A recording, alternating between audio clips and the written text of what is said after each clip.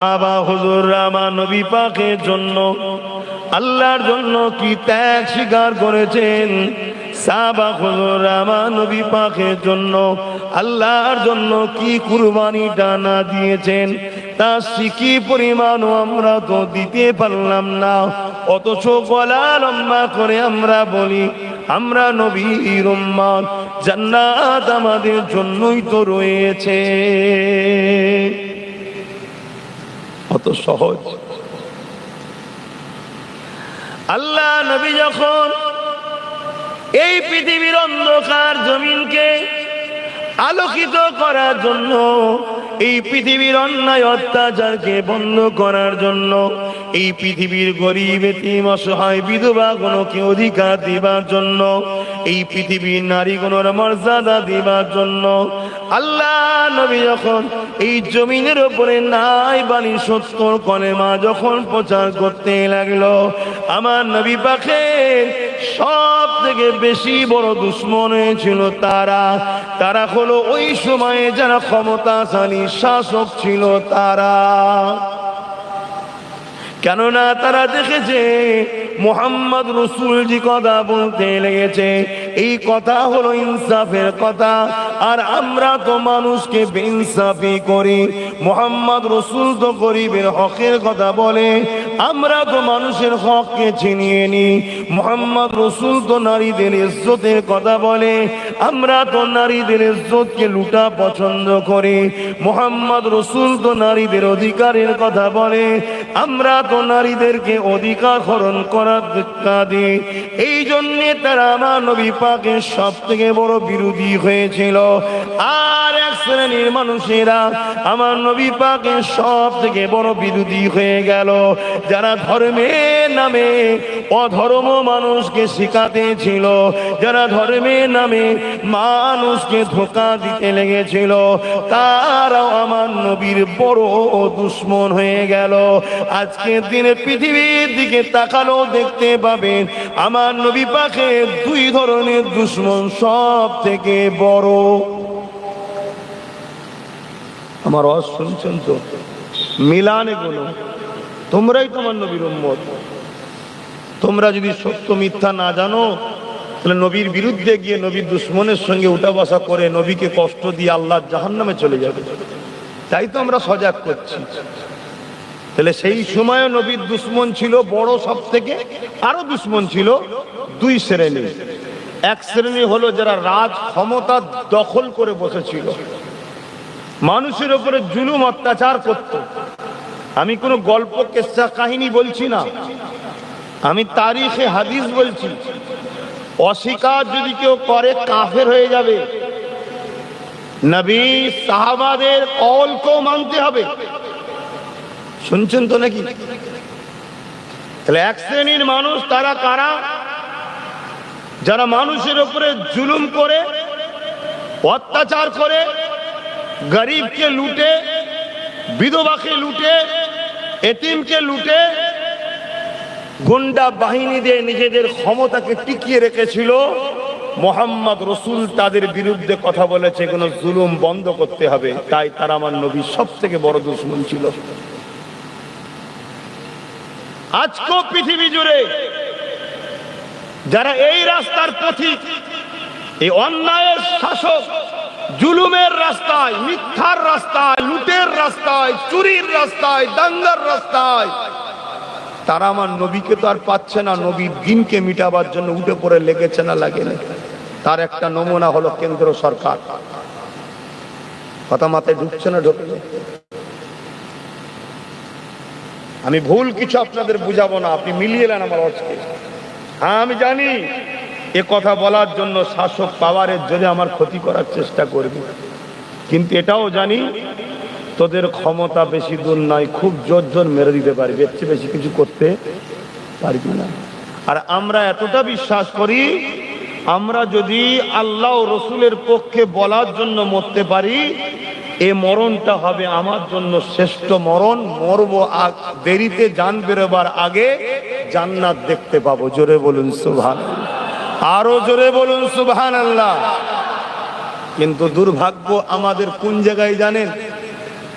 যে এত বুঝাবার পরও আমাদের যুব সমাজ রোদ দেখে পালিয়ে থাকে। আজকে এই এক্সাম্পলটাই রোদ দেখে পালিয়ে থাকে। অথচ যদি বলা হয় জান দিতে পারবে ইসলামের জন্য, তখন হাত সবাই তোলে, সবাই তোলে। সামান্য রোদকে অপেক্ষা করতে পারো না, তোমার হাত তোলাটা আমি নাহি অন্ধর মতো মেনে নিলাম, কিন্তু আমার আল্লাহ তো অন্তরের খবর জানে, মনে হয় তুমি পারবে। আর দ্বিতীয় নম্বর, আমার রাসূলুল্লাহর বিরোধী ছিল কারা? যারা মানুষকে ধর্মের নামে অধর্ম শিখাতো, ধর্মের নামে হিংসা, ধর্মের নামে নারী দেহ ভোগ করা, ধর্মের নামে এভাবে মিথ্যা মিথ্যা প্রচার করে মানুষকে কুসংস্কারের মধ্যে ঢেলে দিয়েছিল যারা, তারা আমার নবী চরম বিরোধী করেছিল। আজকেও পুরো পৃথিবী জুড়ে ওই সকল ধর্মগুরুগুলোর আজকে বড় সমস্যা হয়ে দাঁড়াচ্ছে। যত দুনিয়া মডার্ন হচ্ছে, তত আমার নবীর দ্বীনের মেসেজের দিকে মানুষ দ্রুত আসছে। জোরে বলুন সুবহানাল্লাহ। তোমাদের আবার কি হলো? এর কি সমস্যা? তোমার কি সমস্যা? এই কি কথা? আমি ভাঙড়ে দাওয়াত দিতে চাই না, সত্যি কথা বলছি, ভাঙড় কাশীপুরে দাওয়াত দিতে চাই না অন্য কারণে। তারপরেও কিন্তু জোর করে তোমরা নিয়ে আসো, এরম করো না, তাহলে আশাই বন্ধ করলো। আমি কিন্তু খুব ভালো মানুষ, আবার খুবই খারাপ মানুষ। ভালোদের কাছে ভালো, খারাপের কাছে খুবই খারাপ। কথা বুঝে আসছে? তোমরা এসেছো ধর্ম সভায়, তাহলে এত মোবাইল টোবাইল নিয়ে ব্যস্ত কেন? উনি ফোনে কথা বলছে, এখন কাজ কারবার ছাড়ো না কিছুর সময়। এই ছেলে কোনো একটু ছেলের হাতে মোবাইল কেন? আমি এই করি, তোমার দেখে দাও। এটা তোমার ধর্মের কথার আলোচনার জায়গা।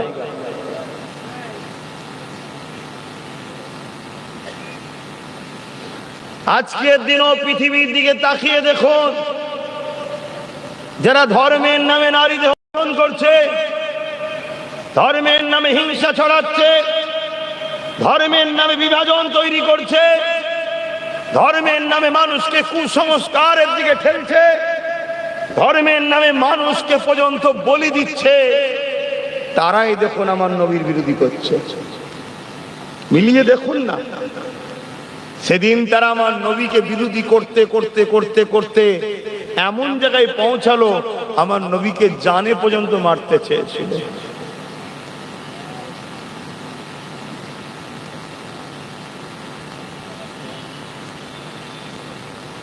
আমার নবীকে জানে পর্যন্ত মারতে চেয়েছিল।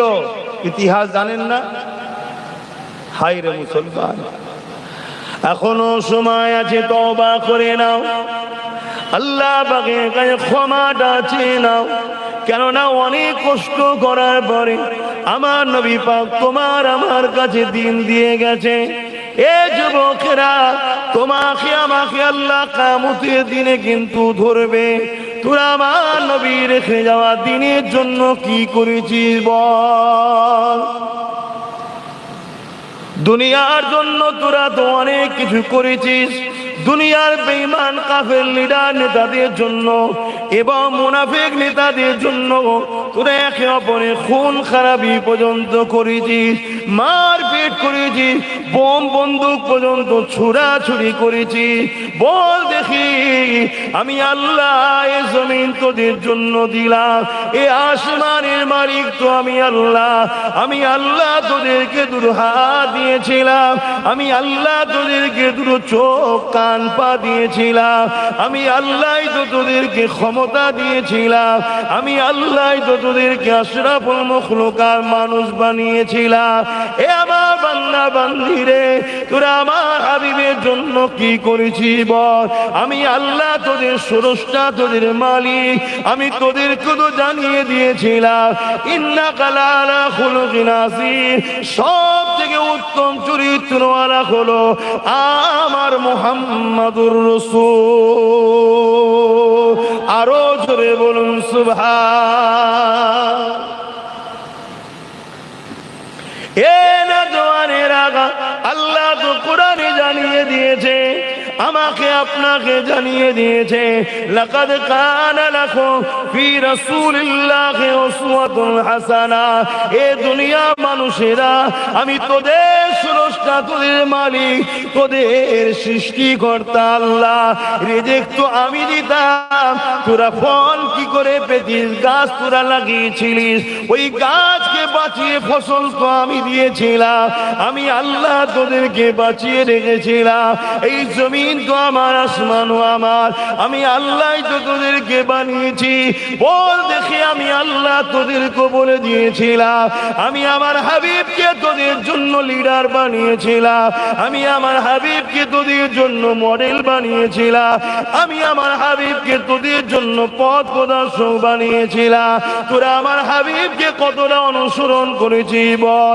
আমার হাবিবের জন্য কি করেছি বল? আমার হাবিবের রাস্তা দেখানো রাস্তায় কতটা চলেছি বল? এ যুবক, মনে রেখে দিও, আল্লাহ ছাড় দিয়েছে বলে ছেড়ে কিন্তু দেয়নি। আল্লাহ তোমাকে আমাকে পাকড়াও করবে। একদিন মাইকে ঘোষণা হয়ে যাবে, শোনো বিশেষ ঘোষণা, আব্বাস সিদ্দিকী ইন্তেকাল হয়ে গেছে। এই ঘোষণাটা তোমারও একদিন হবে। কবরে সবাই তো নিয়ে যে শুইয়ে দেবে। মিনহা খালাকনাকুম ওয়া বিহা নুঈদুকুম ওয়া মিনহা নুখরিজুকুম তারাতান উখরা বলে মাটি দিয়ে তো চাপা দিয়ে চলে আসবে। এ যুবকেরা, ওই দিন থেকে শুরু হবে তোমার জন্য আখিরাতের রাস্তা। প্রতিটা খাটিতে খাটিতে তোমার জন্য বড় প্রশ্নের সম্মুখীন হতে হবে। দুনিয়ার জমিনে তুমি কাফের নেতার পিছনে ঘুরে বেড়ালে, মুনাফিক পিতার পিছনে ঘুরে বেড়ালে, যারা মসজিদকে মিটাতে চায় তাদের জোগান গাইতে লাগলে, যারা মাদ্রাসাকে মিটাতে চায় তাদের ঝান্ডা ধরে ঘুরে বেড়াতে লাগলে, যারা জবানে বলে কোরআন শেষ হয়ে যাবে তাদের জন্য মিটিং মিছিল করতে লাগলে, যারা আযানের জন্য ফাইন করে তাদের জন্য তুমি আমি লড়াই করতে লাগলা। মনে রেখে দিও, আল্লাহ ছাড় দিয়েছে, ছেড়ে দেয়নি। একদিন তোমাকে আমাকে কবরে ঢুকতে হবে। আল্লাহ নবী জানিয়ে দিল, ওই কবরটা তাদের জন্য জাহান্নামের একটা গর্ত হয়ে যাবে। আর এই জমিনে যারা উঠেছে রাসূলুল্লাহর জন্য, কথা বলেছে রাসূলুল্লাহর জন্য, লড়াই করেছে রাসূলুল্লাহর জন্য, বন্ধুত্ব করেছে রাসূলুল্লাহর জন্য, ঠান্ডা ধরেছে রাসূলুল্লাহর জন্য, নাই সত্যের পক্ষে দাঁড়িয়েছে, জীবনের বাজির অনেক হুমকি এসেছে, অনেক ফোনেতে হুমকি এসেছে, অনেক জায়গাতে গাড়ি আটকে হুমকি দিয়েছে, অনেক কিছু চক্রান্ত হয়েছে। সব কিছুকে তোয়াক্কা করে যারা দিল লাগিয়ে রাখবে আল্লাহ রাসূলের জন্য, মনে রাখবে এদেরও মৃত্যু হবে, কিন্তু এদের কবরকে আল্লাহ জান্নাতের বাগিচা বানিয়ে দেবে। আরো জোরে বলুন সুবহান। সামনে দিলাম দুটো রাস্তা, মুখ আমার, কথা আমার নয়। আজকেও এজিদ আছে, এজিদের রাস্তাও আছে। আজকে ইমাম হোসাইনের রেখে যাওয়া সেই রাস্তা আছে, হোসাইনীদের পক্ষের উলামারাও রয়েছে। আপনি কোন রাস্তায় চলবেন সেটা তো আপনার বিষয়, কিন্তু আমাকে ইসলাম বলেছে হক কথা তুমি বলো, আমার বান্দাকে তুমি শোনাও, আমার বান্দিকে দাও। একবার নয়, যখনই সুযোগ পাবে তখনই বলো।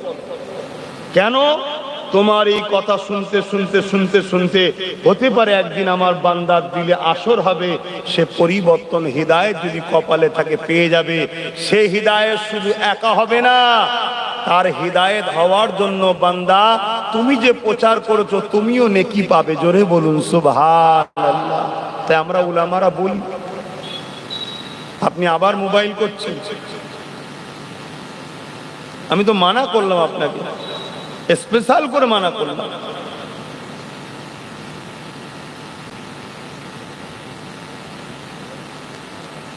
ভাইয়েরা আমার, নিজের ধর্মের ক্ষতি নিজেরা করেননি, গুনার মাপ আছে, ধর্ম বিদ্বেষী নবী বিদ্বেষীদের মাপ নাই। গুনার মাপ আছে, ধর্মের দুশ্মনদের সহযোগীকারীদের মাপ নাই। একটা গাছ লাগালেন, গাছটাই 20 ফল তৈরি হয়, আপনি জানেন এ গাছে ভালো ফল নয়, 20 ফল আপনি জানার পরেও লাগিয়েছেন। ওই 20 ফল খেয়ে যতজন মানুষ মারা যাবে, দুনিয়ার আইনও বলছে আপনাকে কিন্তু থানায় তুলে নিয়ে যাবে, শাস্তি দেওয়া হবে। আর আমার আল্লাহ বলছে তোমাকে এই 20 ফল লাগানোর জন্য যত মানুষ ডেট হবে, এই মার্ডার করার আসামি হিসাবে তোমাকে জাহান্নামের শাস্তি দেওয়া হবে। একটা 20 ফল গাছ লাগানোর থেকেও ভয়ঙ্কর হলো একটা 20 জাতীয় লিডারকে তৈরি করা। শুনছেন না? শুনছেন? তার জন্য কত ঘর উজাড় হয়ে যাবে, কত এতিম তার হক পাবে না, কত বিধবা সে তার চোখের পানিতে তার ইজ্জতকেও রক্ষা করতে পারবে না। একটা জালিম অত্যাচারী লিডার তৈরি হওয়ার জন্য তোমার ইসলামের উপরও ঝড় ঝাপটা আসবে। শুনছেন তো নাকি? এটা কি আমার দায়িত্ব নয় আমার নবীর উম্মতদের ভাবানো? কি গো, দায়িত্ব আছে না? এবার এই কথা যখনই বলবো, এই অসৎ চরিত্রের বিস্মার্কা নেতাগুলো তখন দেখবেন আমার সমালোচনা করবে। এই সমালোচনা করার জন্য শুকরিয়া জানাই খোদার, যাতে করে তোমরা সহজে সেই মুনাফিকগুলোকে চিনতে পারো। এটা তোমাদের জন্য সহজ হবে। সাবধান হন, সাবধান হন। এ দুনিয়া কিন্তু চিরস্থায়ী নয়। সামান্য লোভ লালসায়, সামান্য গাড়ি বাড়ি পথ, সামান্য একটু দুদিনের দুনিয়ার জন্য জাহান্নামকে খরিদ করে ফেলছি না তো? একটু ভাবা দরকার। আব্বাস সিদ্দিকীর আছে না না? কথা বলে, আমার ভাবা দরকার আছে না না? আচ্ছা, আপনাদের ভাবা দরকার আছে না না? হ্যাঁ, সবাইকে ভাবতে হবে। দুনিয়া সামান্য সুখ শান্তির আরাম আয়েশ, একটু নামের জন্য আমি জাহান্নাম কিনে নিচ্ছি না তো? কেন? আল্লাহ সব জানে। আমি তোমায় লুকিয়ে কিছু করতে পারি, তুমি আমায় লুকিয়ে কিছু করতে পারো। বলো, আমি আল্লাহকে লুকোতে পারবো? তুমি আল্লাহকে লুকোতে পারবে কি? অতএব ভেবে চিনতে পা ফেলো। আখেরি জামানা বহুত কঠিন সময়। সব থেকে বড় ভয়ঙ্কর বিষয় হলো এই সময়টা এত কঠিন।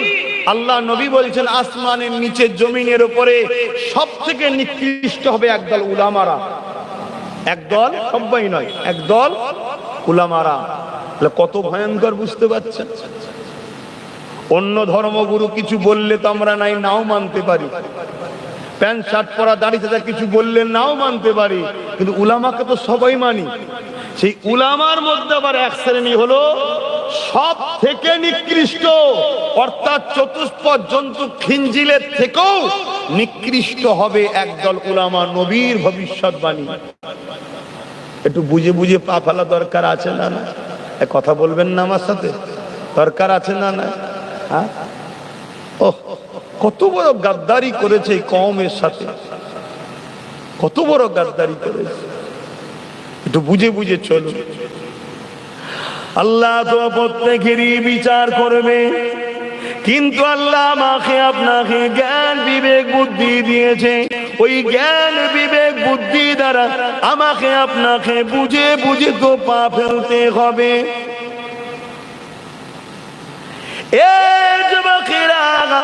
আগুন তো পুড়িয়ে যায়, আপনি জানেন আগুন যখন পোড়াবে আপনার তো ইচ্ছা করে আগুনে হাত দেওয়া উচিত হবে না। এরপরও যদি আপনি হাত দেন তাহলে বিপদের সম্মুখীন তো আপনাকে হতে হবে। আপনি তো জানেন যারা আমার আল্লাহ নয়, রসুলের নয়, তারা কখনো আমাদের কল্যাণ চাইতে পারে না।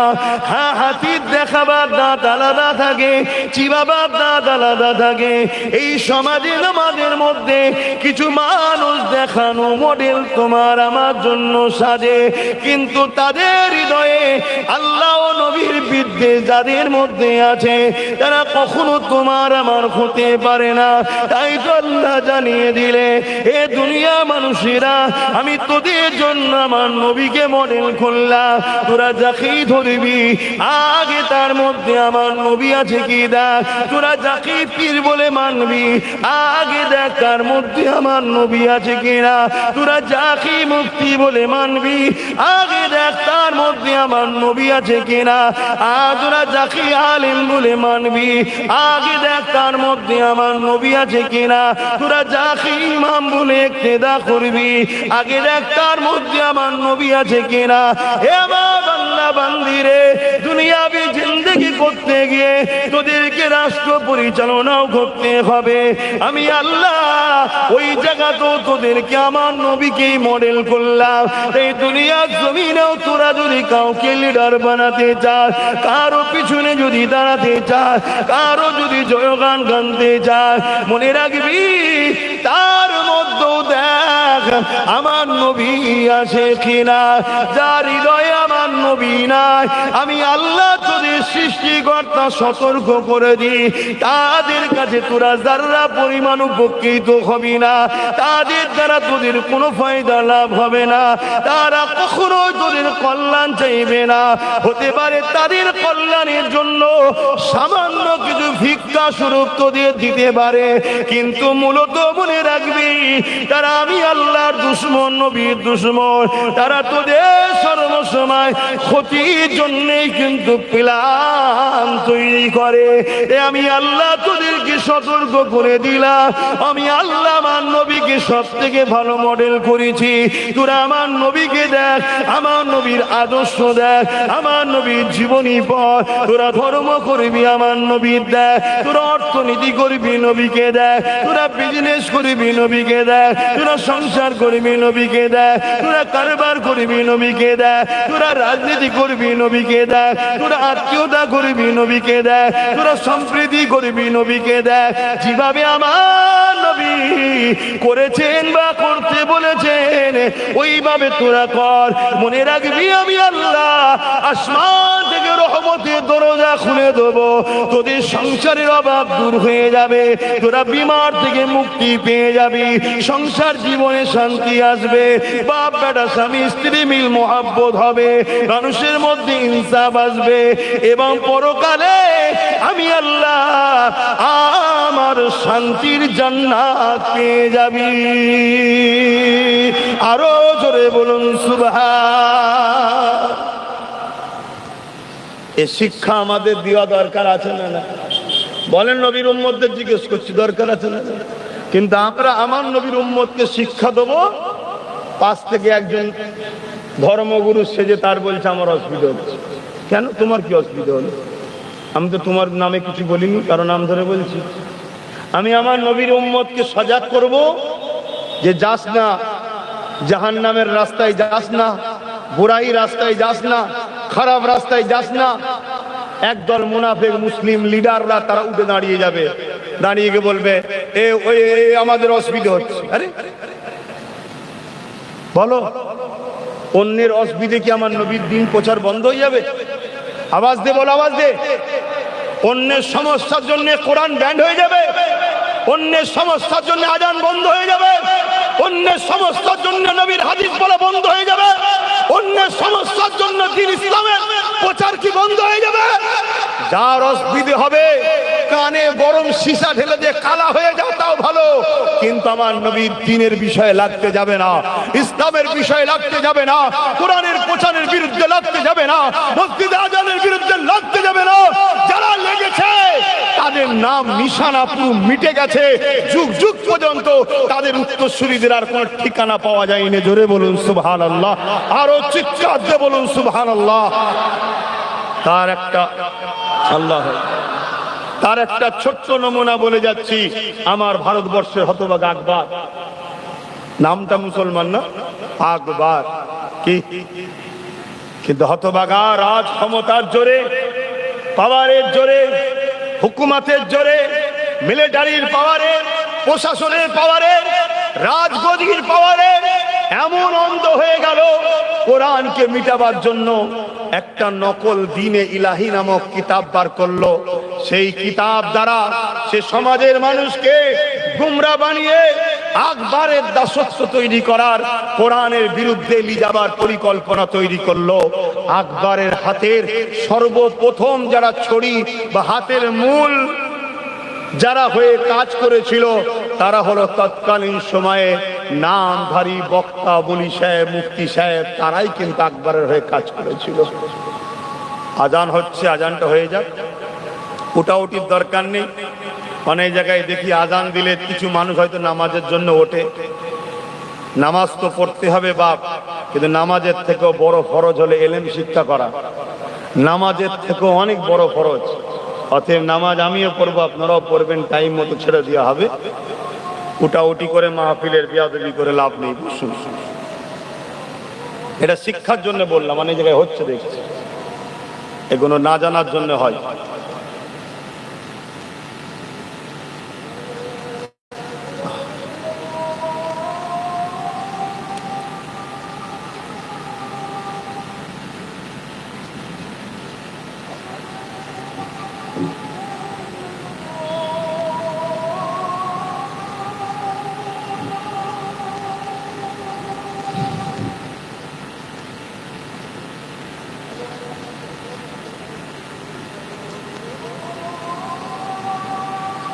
সাল্লাল্লাহু আলাইহি ওয়াসাল্লাম।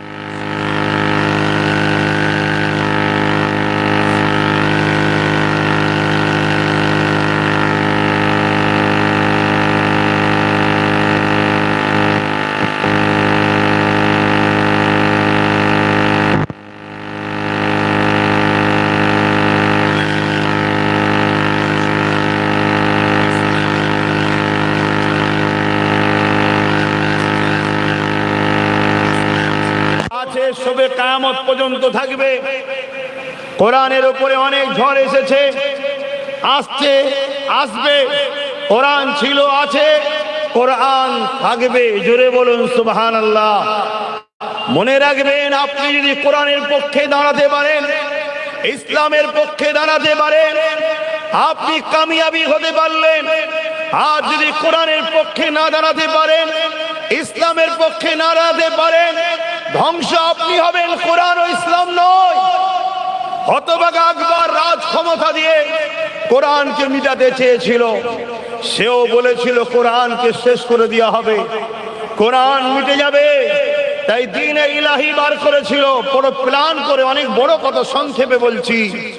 আমার মিলিটারি আছে, আমার ফোর্স আছে, আমি মুগলে আজম শাহিন শাহ বাদশাহ। আরে আমি যা চাইবো সেটা হবে। আরে তুমি যা চাইবে সেটা হবে না, আমার সৃষ্টিকর্তা যেটা চাইবে ওটাই হবে। জোরে বলুন সুবহানাল্লাহ। ফায়সাল্লাহ জমিনে হয় না, ফায়সাল্লাহ আরশে আজিমের উপরে হয়। জোরে বলুন সুবহানাল্লাহ।